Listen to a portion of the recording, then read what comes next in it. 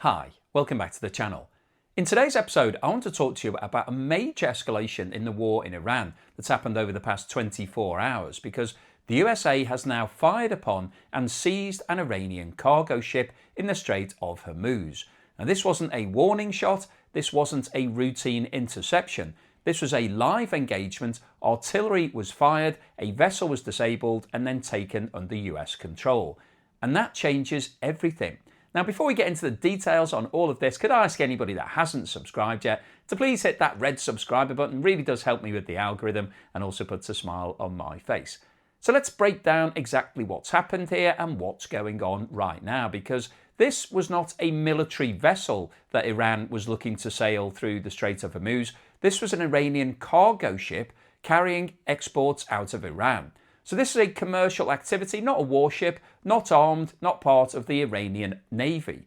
And importantly, this is not just speculation, there's actual video footage of the incident circulating online. You can find that. I'm not going to show it here because YouTube's very sensitive about anything involving artillery fire, just in case somebody was injured or anything like that. But you can check it out yourself. I presume it's been issued by the US military because it's showing the firing from their vessel, and it'll show you exactly what happened. And this looks like onboard footage, so there's no real misinterpretation here. You can see the US Navy approach the vessel. You can hear the warnings being issued to the ship to turn back, instructions to stop, to change course, to comply.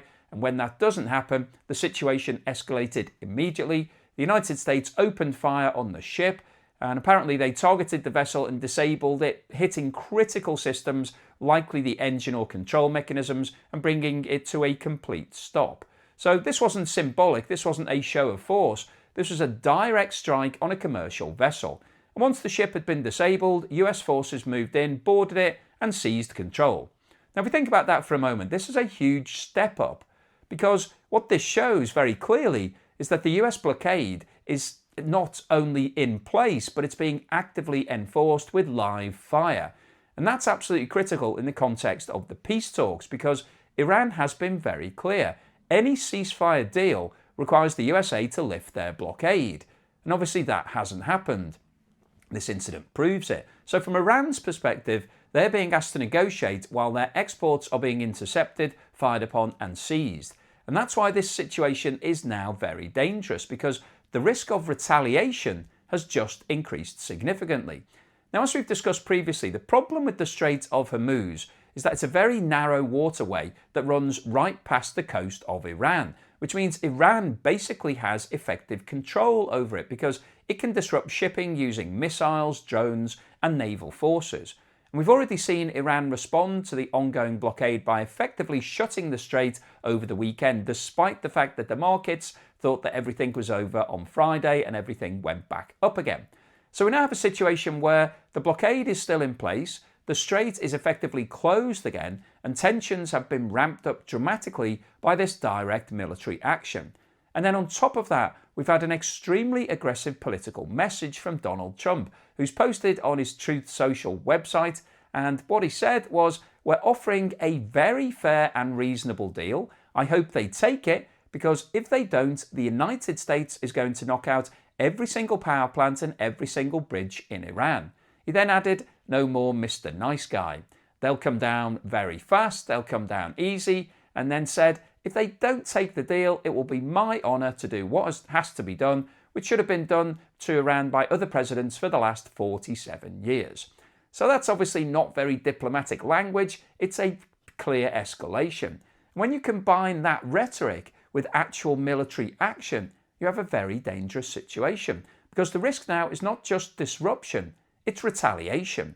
Iran is highly unlikely to ignore this. From their perspective, one of their commercial vessels has just been fired upon and seized, and if they respond, they could escalate the situation very quickly. And that's why markets are now reacting, because this is exactly the scenario that investors were hoping to avoid. We've already talked about the fact that around $50 billion worth of damage has been inflicted to the global economy so far as a result of this conflict. That's from disrupted trade, delays, and increased costs. And if this escalates again, if retaliation from Iran does start, if the Strait of Hormuz remains closed, that number is going to rise significantly, because this isn't just about oil. This is about global trade, supply chains, energy prices, and inflation. Everything flows through this region, and when it stops, the impact is felt globally. And perhaps the biggest issue right now is that the hope of a peace deal is fading. Talks that were expected within the next 24 hours are now looking unlikely to happen. Iran has come out and said that it won't attend. The blockade remains in place and military action has just escalated. So instead of moving towards de-escalation, it looks like we're moving back towards conflict. And if that situation continues, we could be looking at a prolonged disruption to the Strait of Hormuz and a much bigger shock to the global economy. But I'll keep you posted on any further news and developments as and when they happen. But I wanted to give you this quick update, really just to bring you up to speed as to what's happening right now. Hopefully you found today's video useful, informative, and most importantly, thought-provoking. If you've liked what I've said, or maybe you didn't like all of it, but you thought it was interesting, then please give me a thumbs up. Please subscribe to the channel if you haven't done so already. Don't forget, I'm currently running my competition where you can win my property or a cash alternative prize. Scan the QR code on the screen now, or click the link in the description below if you'd like to get involved. It's a way of funding the channel. Thank you so much to everyone that's helping me in other ways. If you bought me a coffee or sent me YouTube super thanks or signed up as a patron or a member, thank you so much for that support. It really does help to keep me motivated and focused on making as many videos as I can.